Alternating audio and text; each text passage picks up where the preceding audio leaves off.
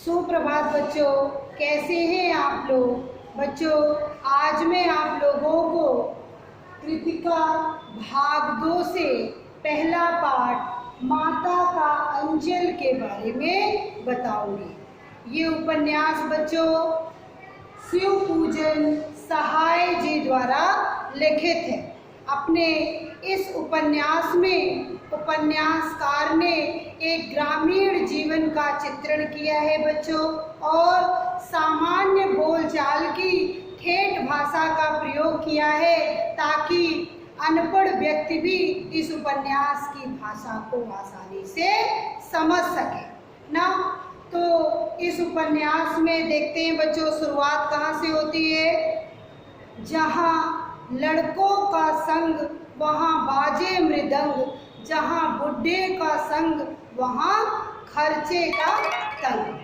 क्या कहा गया बच्चों कि जहाँ बच्चे होते हैं वहाँ पूर्ण रूप से मौज मस्ती खुशहाली भरी रहती है, और जहाँ पे बुजुर्ग व्यक्ति रहते हैं उस घर में खर्चे ही लगे रहते हैं ना।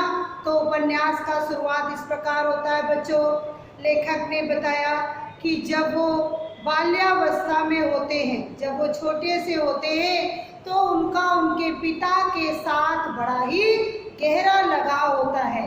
सामान्यतः क्या होता है कि बच्चे का अत्यधिक लगाव माँ के साथ होता है, लेकिन यहाँ इस उपन्यास में ऐसा नहीं है। माँ के साथ लेखक ने बताया कि केवल दूध पीने तक का यहाँ लेखक का माँ से नाता है। बाकी सारे क्रियाकलाप हमेशा वो अपने पिताजी के साथ बच्चा लगा रहता है, उसी का वर्णन यहाँ पे लेखक ने बच्चों किया है।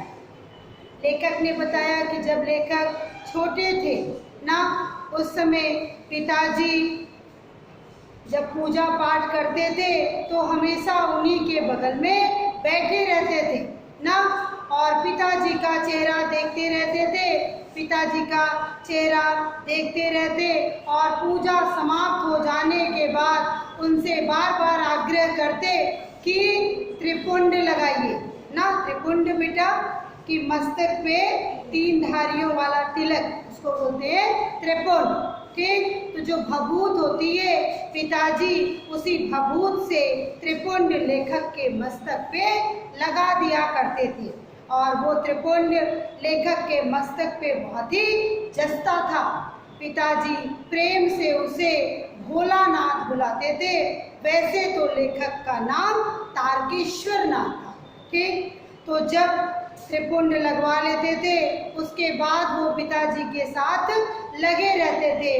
पिताजी पूजा पाठ करने के बाद उनका राम नाम का बही खाता था ना, उस पे राम नाम लिखने के बाद फिर 500 पर्चियाँ राम नाम की लिखी हुई बनाते थे, और वो भोलानाथ को यानी लेखक को अपने कंधे पर बिठाकर तालाब के पास लेकर चले जाते थे।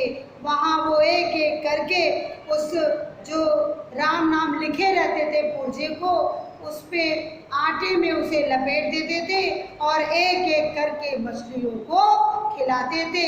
लेखक पिताजी के कंधे पर ही बैठे रहते थे और मछलियों को ये खिलाते हुए देखकर वो बहुत ही प्रसन्न होते थे। खिलाने के बाद फिर पिताजी वहाँ से घर वापस आ जाते थे, और जब लेखक पिताजी के कंधे पे ही बैठकर घर वापस आते थे, घर में आके फिर वो केवल खाने के लिए, जैसा कि मैंने पहले ही बताया बच्चों कि वो माँ के पास जाते थे, यानी दूध पीने तक का उनका माँ से नाता था।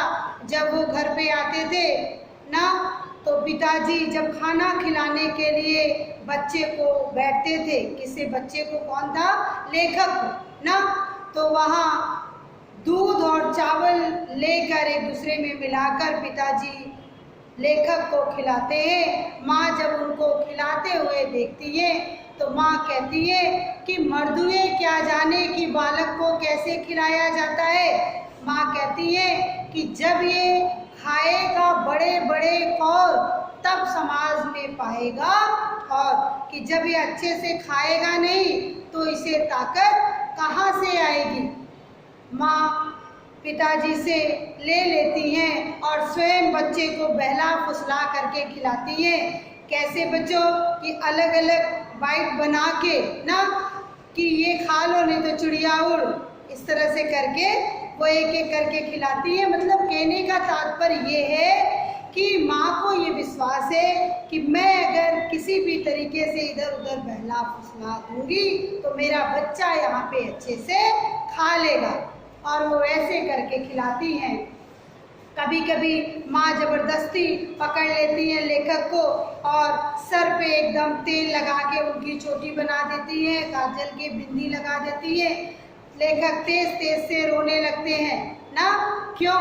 जो उनको माँ ने पकड़ लिया है। फिर पिताजी आते हैं और बच्चे को लेकर चले जाते हैं ना। और जैसा कि आप जानते हैं बच्चों, बाल सुलभ चंचल मन की प्रवृत्ति के कारण बच्चा वहाँ तो रोता है, लेकिन घर से बाहर आते ही अपने साथियों को देखकर उनके बीच में फिर से खेलने लग जाता है। तो कहने का मतलब कि किस तरह से यहाँ पे लेखक के बाल रूप का वर्णन यहाँ पे किया गया है ना। स्वतः लेखक ने अपने बाल रूप का वर्णन किया है कि पिताजी के साथ, जैसा कि आप आधुनिक युग में भी आज भी आप देखते हैं कि बच्चों का पिता से अधिक लगाव होता है, ठीक उसी भांति उस समय में भी लेखक ने स्पष्ट किया है कि अपने पिताजी के साथ उसका अधिक लगाव था। यहाँ तक कि बैठके में जब पिताजी सोते थे तो लेखक पिताजी के पास ही सोते भी थे, वो माता जी के पास रहना नहीं चाहते थे। धन्यवाद बच्चों, शेष भाग अगले वीडियो में।